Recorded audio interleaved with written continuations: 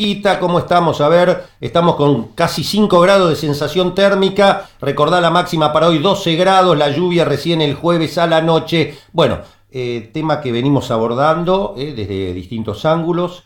Hemos estado hablando con hombres del mundo del trabajo, hemos estado hablando con empresarios, pero vamos a ir a una experiencia que es muy, muy interesante.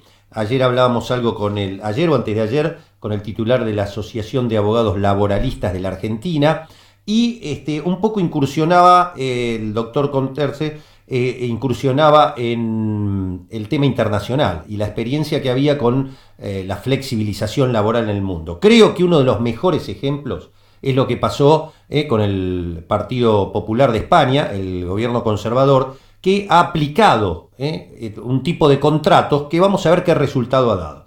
Vamos a hablar con el miembro del Centro Estratégico Latinoamericano de Geopolítica, exdiputado por Podemos, el señor Sergio Pascual, a quien es un gran gusto saludar. Él está en España, lo saludamos desde acá de Buenos Aires, Argentina. Sergio, ¿cómo le va? Mi nombre es Jorge Chamorro. ¿Qué tal, Jorge? Un saludo a ti y a todos tus oyentes. Bueno, la idea es que nos ubique qué consecuencias trajo aparejado los contratos temporales, la flexibilización laboral, como le llamamos aquí, en España, Sergio. Bueno, hay que entender que en España, a raíz de la crisis de 2008, que golpeó fuertemente en el empleo y que nos llevó a índices de desempleo de en torno al 27%, es decir, más de 1 de cada 4 españoles estaba sin empleo, y con un índice de desempleo de en torno al 50% en el caso de los más jóvenes, de los menores de 26 años, una verdadera tragedia social, lo leamos como lo leamos. En ese contexto, tanto el Partido Socialista como el Partido Popular, después de forma mucho más incisiva, como bien apuntabas, apostaron por salir de la crisis le pondría comillas, salir de la crisis adoptando una serie de medidas que básicamente consistían en redistribuir la pobreza en lugar de la riqueza y apostar por atraer de nuevo inversiones al país, devaluando salarialmente el valor del trabajo de los empleados y empleadas en España. El resultado es un creciente empobrecimiento de la población española, que ahora está en índices de riesgo de pobreza en torno al 28%. Ya tenemos en España lo que se conoce como los working poors, ¿no? Este famoso aforismo norteamericano, los trabajadores que viene a decir que los trabajadores pobres, a pesar de trabajar, puede seguir estando en riesgo de exclusión social y de hecho en pobreza, ¿no? El desempleo juvenil no consiguió reducirse, y las cifras que arroja en este momento España son dantescas en términos de precariedad. Es un fenómeno que utilizamos ya con total soltura en España, porque es quizá la mejor forma de caracterizar nuestro sistema de empleo. Es un sistema de empleo precario, un sistema de empleo en el que el 27% de los empleos son temporales. Estamos hablando del doble de los empleos temporales que hay en la Unión Europea. Estamos hablando de que el 5% de los empleos no duran ni siquiera 3 meses. Y estamos hablando de que en realidad en nuestro país, si sumáramos la gente que ya ha desistido de conseguir un empleo a la gente que efectivamente tiene empleos ultra precarios en condiciones laborales absolutamente dantescas, en condiciones de autoexplotación, en alguno de los regímenes que, si tenemos tiempo, le puedo comentar, pues estaríamos en las mismas cifras de desempleo que teníamos en 2013, en el año peor de la crisis, pero camufladas con unas formas de subempleo que ocultan en que en realidad en España no hemos conseguido devolverle medios de sustento a las familias de los españoles y las españolas. Bueno, Sergio, lo que cuentas es un calco del discurso y los enunciados y las políticas que se pretende aplicar aquí, con el agregado que hoy hay una puja aquí con el sindicalismo, hay todo una una pulseada, porque obviamente el sindicalismo argentino, como ha pasado allí en España, se opone a estas reformas laborales, y los empresarios, por primera vez en muchos años, han salido en forma más o menos homogénea, un grupo empresario importante, de grupos más bien de cámaras y concentrados, a decir que brutalmente ya, se han animado a hacerlo brutalmente, como nunca lo he escuchado yo desde la década del 30, desde épocas donde los conservadores gobernaban en la Argentina, han salido a decir directamente que yo quiero descontratar, se llama, o echar gente a como me dé la gana. No tengo a la americana, sin indemnización. Si me conviene lo tengo y si no me conviene no lo tengo. Porque eso es el nuevo mundo, es la nueva forma, es la inserción en el mundo, es lo que se viene y es lo que hay que hacer. Ustedes vivieron lo mismo. Sí, nuestra experiencia en este sentido yo creo que es muy aleccionadora para quien quiera seguir el mismo rumbo, ¿no? Y sería bueno incluso preguntarle a pequeños y medianos empresarios españoles sobre lo que supuso este modelo de precarización, porque efectivamente la flexibilización laboral, ¿no?, como se viene denominando, puede llegar a favorecer a aquellas empresas exportadoras que quieren bajar el coste de mano de obra para ser más competitivas en el extranjero. Pero al realizar este tipo de operaciones, lo que en realidad nos encontramos es con que la masa salarial del país, que es la masa salarial de aquellos que pueden comprar productos y pueden presionar la demanda al alza de esa economía de la pequeña y mediana empresa, se derrumba. Y cuando se derrumba el poder adquisitivo de la gran mayoría del país, quien sufre primero el impacto son los pequeños y medianos empresarios, que cierran por doquier porque no tienen nadie que les compre, claro, la gente cuando no tiene dinero en el bolsillo, las cosas son, por decirlo de forma muy sencilla, no puedes acudir a tomarte una cerveza en un bar, no puedes acudir a la tienda de la esquina a cambiarte los pantalones una vez cada 2 meses en vez de una vez cada 6 meses, y probablemente tampoco puedas renovar los cauchos del carro. Bueno, una serie de consecuencias que no afectan a las grandes empresas exportadoras, pero que sí afectan muy severamente a las pequeñas y medianas empresas. En España, las pequeñas y medianas empresas además son las principales proveedoras de empleo. El círculo vicioso que se generó con ese proceso de flexibilización fue, primero, despidos de las grandes empresas exportadoras, que empezaron a ganar muchísima plata al devaluar los costes de los productos que exportaban. Pero al mismo tiempo todo el tejido pequeño y mediano empresario se vino abajo, se derrumbó, y si uno ve la gráfica de cómo cayó el empleo del 25% del 25% al 7% en muy poco tiempo, pues es muy demostrativo de la diferencia entre una política keynesiana que impulsa la demanda interna y una política como esta de flexibilización, que básicamente lo que viene a ayudar es al sector exportador, cosa que en el caso de Argentina, si se me permite, digamos, el atrevimiento de hablar de un país que no es el mío, pero al que conozco, sería especialmente grave, porque ni siquiera el sector exportador argentino es un sector fuertemente industrializado, y por lo tanto que pudiera tirar de otras industrias enlazadas de tamaño pequeño y medio, sino que en este caso es un sector fundamentalmente agroexportador o primario exportador, con las consecuencias, insisto, dramáticas que tendría en términos de compensar lo que destruye de empleo y de demanda interna.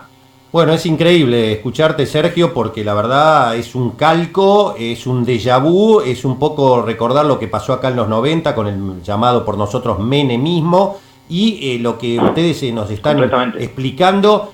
Vos como ingeniero, antropólogo, yo te hago una pregunta, porque acá se da un fenómeno que también es interesante para poder debatirlo, pero esto sin sesgo, sin teorías conspirativas. ¿Cómo analizan ustedes este fenómeno de que muchos empresarios, algunos defendiendo sus intereses, si se quiere en forma mezquina, pero defendiendo sus intereses que con cierta lógica, pero muchos otros hay que uno los escucha que son medianos, no digo pequeños porque acá los pequeños se están dando cuenta, igual el mismo proceso que vos has contado, pero muchos defienden estas políticas de ofertismo, porque en definitiva es la teoría del derrame, el ofertismo, darle plata a las empresas para que eso genere riqueza, y recién ahí todo lo contrario, un modelo a una discusión neo-keynesiana. ¿Cuál es desde tu análisis? ¿Qué se vive en España para que alguno se tire un tiro en el pie y después termine siendo el perjudicado con esas políticas que añora? Bueno, yo creo que hay dos elementos, ¿no?, que entran en juego. El primero es el cortoplacismo. Cuando el agua empieza a ahogarte, bueno, pues uno busca aire y de alguna manera se contenta con el... En España hay un dicho que dice que el pan para hoy, aunque sea hambre para mañana. Y esto opera, digamos, de forma natural, ¿no? De forma natural uno busca un asidero y lo agarra, a pesar de que sea posiblemente aquel que te vaya a hundir en el océano en el medio plazo. En este caso de la flexibilización laboral es evidente, ¿no?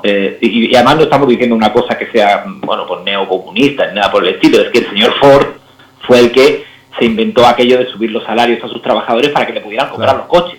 Es una cosa como muy de economía básica, ¿no? Esto en primer lugar. Y en segundo lugar, ¿por qué no decirlo? Hay todo un aparato mediático estatal vinculado con el Estado, quiero decir, y con otros operadores económicos que se encargan de difundir y de convencer de las virtudes de un modelo que básicamente le beneficia a ellos o a sus anunciantes, por decirlo de alguna manera, ¿no? Y esto cala. Somos sensibles a los impactos mediáticos, sobre todo cuando estos son masivos y permanentes, ¿no? Esta Arcadia feliz que se vende, en la que todo el mundo tiene empleo, y para qué vas a tener un empleo fijo y seguro si en realidad mejor tener disponibilidad de tu tiempo para luego poder elegir otro empleo diferente. Todo esto es un invento construido para evitar la resistencia de los trabajadores y las trabajadoras a la precarización y a que se devalúen sus condiciones laborales. Básicamente es esto, es una forma de devaluar las defensas de quienes vivimos del mundo del trabajo, para que sea más difícil que organizarnos entre nosotros y nosotras a la hora de decir, oiga, no, mire usted, yo quiero que a usted le vaya bien en su empresa, pero para que a usted le vaya bien en su empresa yo tengo que tener trabajo. Y además tengo que tener un trabajo con ciertas garantías, porque si yo no tengo un trabajo con ciertas garantías, lo que hago es retraerme de consumir. ¿Cómo voy a consumir yo si no sé si mañana voy a poder pagar la luz o el agua o los libros de mi hijo? Bueno, pues todo esto, que es muy evidente a algunos sectores económicos, que lo que le interesa es, bueno, pues esto, ¿no? Poder flexibilizar el empleo para poder maximizar sus ganancias, despidiendo a los trabajadores en los momentos de menor presión de producción e incorporándolos en los momentos de mayor presión de producción. Lo que quieren es, digamos, lo que hacen es apostar por maximizar las condiciones legales de su apuesta. Yo creo que al final, como todo en la vida, hay que entrar en un toma y daca. O sea, es razonable también que se busquen fórmulas legales para determinado tipo de empleos, donde no tiene sentido tener a un trabajador parado durante 9 meses de 12. Eso es razonable. Pero de ahí a que sectores que ya están con beneficios realmente astronómicos, en España puede decirse con total claridad que las rentas del salario han caído más de un 20% respecto a las del capital. Eso ha habido una transferencia de los recursos que ganaban los trabajadores a los recursos que ganan los industriales y los empresarios. Yo no estoy en contra de que los empresarios ganen dinero, pero en cualquier caso, insisto, creo que en ese tuya en mía hay que dotar de herramientas, como estás haciendo tú con tu radio, a los trabajadores y las trabajadoras para que entiendan, y a los pequeños y medianos empresarios para que entiendan de que pegarse un tiro en el pie no es la mejor de las apuestas. Un calco, excelente. Otra pregunta para saber la experiencia de ustedes. Aquí ha aprendido mucho con este gobierno de Mauricio Macri, ha aprendido mucho ese discurso de hay que aguantar el desierto para llegar a la tierra prometida, e inclusive por parte de que uno lo ha comprobado en los años que el macrismo ganó muy bien las elecciones, gente trabajadora que uno le decía, pero ¿te parece? Mirá que podés perder el empleo, y contestarte, mira, yo estoy dispuesto a hacer el sacrificio que sea para que mis hijas y mis nietas tengan un país mejor, porque este país ya no me lo aguanto más, que esto, que el otro, así que estoy dispuesto aún yo a perder mi trabajo, pero si este país va a salir adelante, estoy dispuesto a aguantarlo. ¿Ese discurso allá también prendió? Bueno,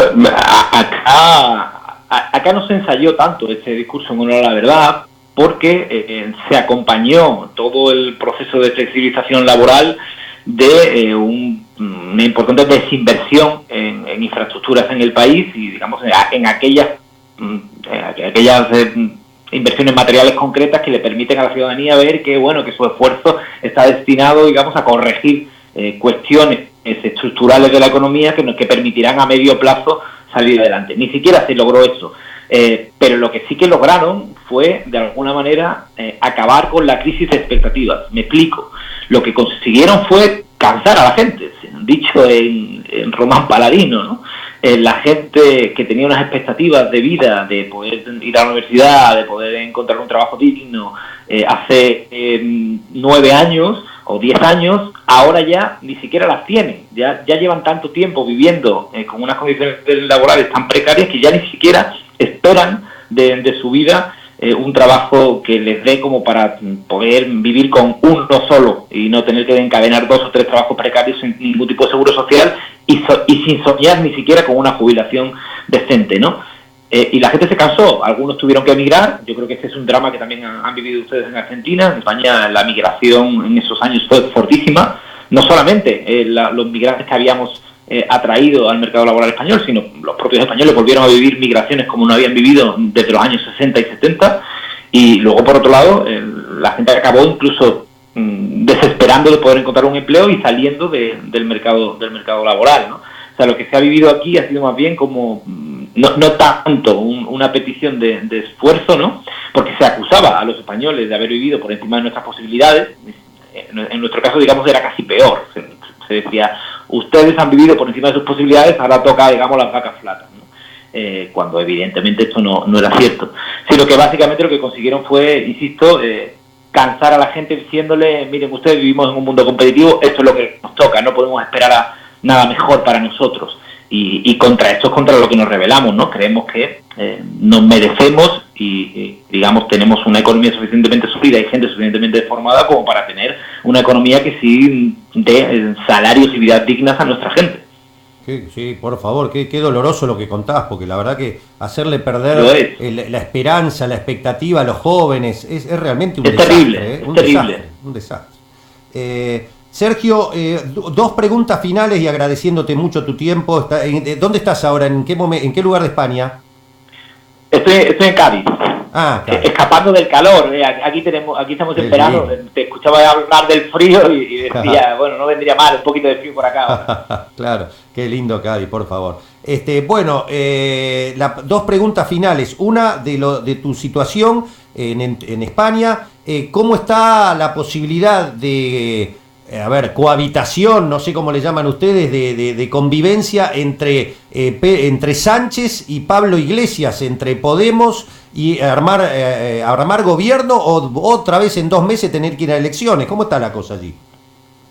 Bueno, pues fíjate que me llama justo entre la primera votación, que fue ayer, y la segunda votación, que será mañana. En España, para conformar gobierno, como somos una democracia parlamentaria y no presidencialista, tiene que haber una mayoría de los diputados del Congreso que voten a favor de un candidato. Y se hacen 2 vueltas. En una primera votación tiene que ser por mayoría absoluta, tiene que recibir mayoría absoluta del candidato para poder ser presidente, y la segunda votación bastaría con mayoría simple.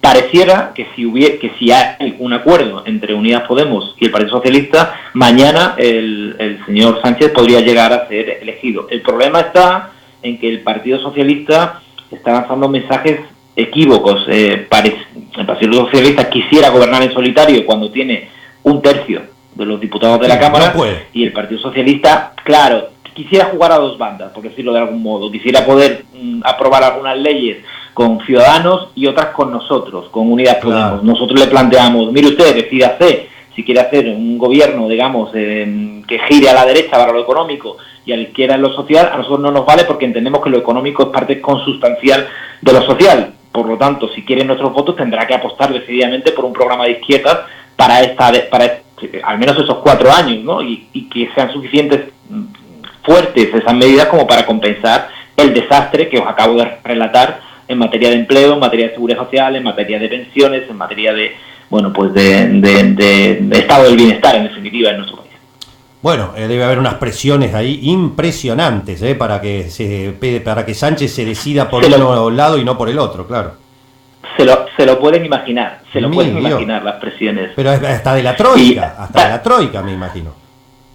A tal punto que yo creo que en un acto de generosidad poco habitual en política, Pablo Iglesias, nuestro secretario general, renunció a entrar en el gobierno. Dijo, miren ustedes, si el problema, porque todos los medios habían... Sí, lo vendieron como que él quería ser vicepresidente. Acá se llegaba a esa información.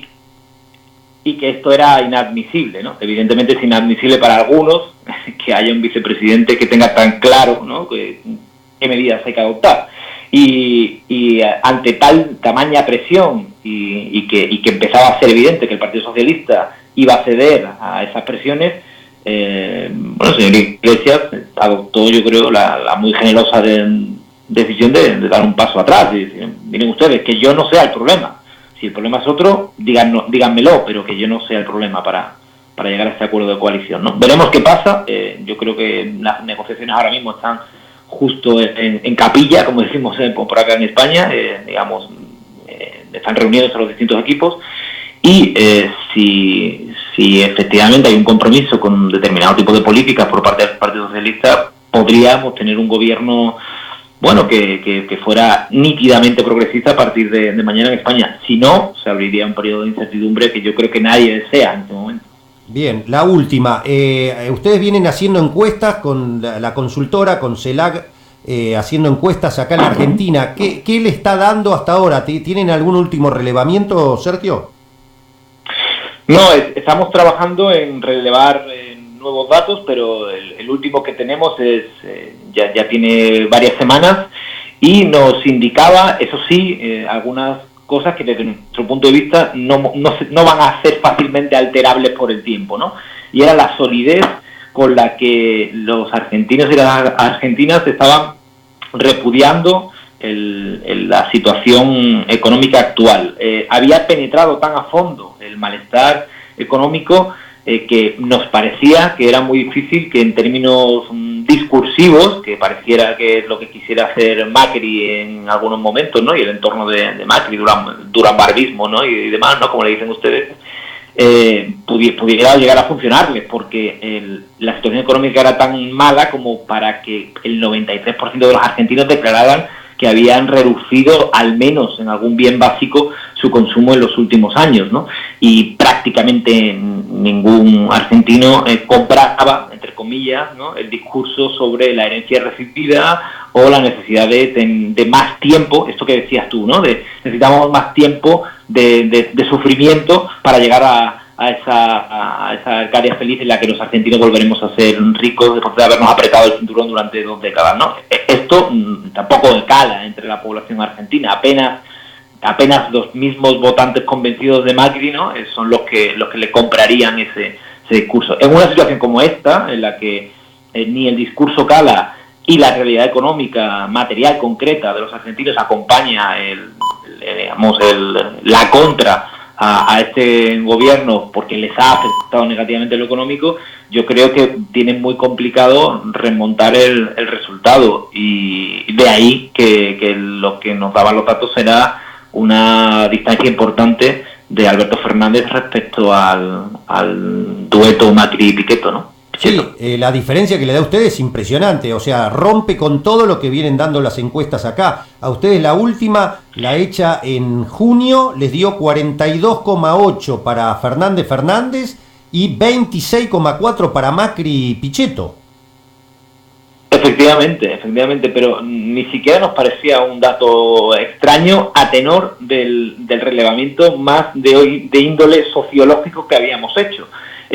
Yo contaba, nos hicieron una entrevista sobre el tema de la encuesta, contaba cómo nosotros no somos una encuestadora electoral al uso, no hacemos encuestas para ver cuál es el dato concreto del resultado electoral del día de mañana, dentro de un mes o dentro de 6 meses. Nosotros trabajamos, digamos, el sustrato sociológico detrás de las inclinaciones, en este caso de los argentinos y las argentinas, para evaluar cómo de profundas son las inclinaciones para luego llegar a votar. Es decir, en un entorno tan volátil como este, cómo de volátil es el voto hacia Macri o el voto hacia Alberto Fernández, para no entrar en ese juego de casi de sortear números que a veces le sucede a distintas encuestadoras, ¿no?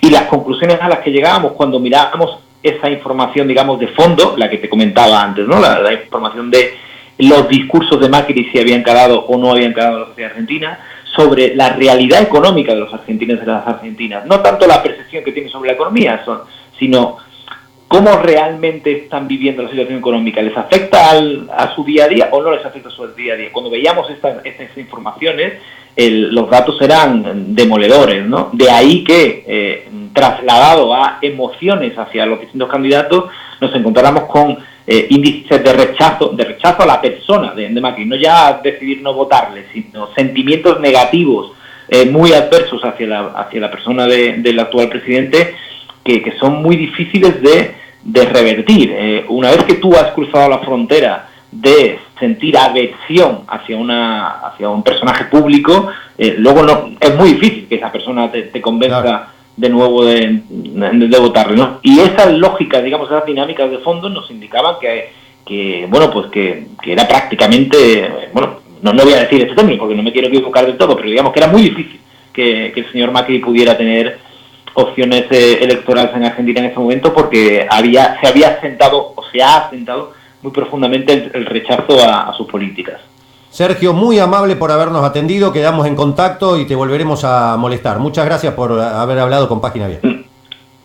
Al contrario, no es ninguna molestia, agradecido de que podamos poder contar nuestros resultados, y aquí me tienen para lo que sea. Un saludo para ti, Jorge, y a todos tus oyentes. Gracias, Sergio, un abrazo. El ingeniero, antropólogo, miembro del Centro Estratégico Latinoamericano de Geopolítica, exdiputado por Podemos, que nos dio la primicia. Podría haber acuerdo entre Sánchez y Pablo Iglesias. Se está definiendo después del fracaso. Ayer otra votación más de Pedro Sánchez que fracasó. Así que si no hay acuerdo entre los socialistas y Podemos, directamente os da un giro total nuevamente hacia la derecha, arreglando con Ciudadanos y con nosotros, todos los partidos que de alguna manera sería como si arregla acá con Esper, Gómez Centurión, algún gobierno, o directamente se va a elecciones en 2 meses de nuevo. Creo que llevan 5 elecciones en los últimos, no sé, 7, 8 años los españoles. Así que porque no pueden formar gobierno.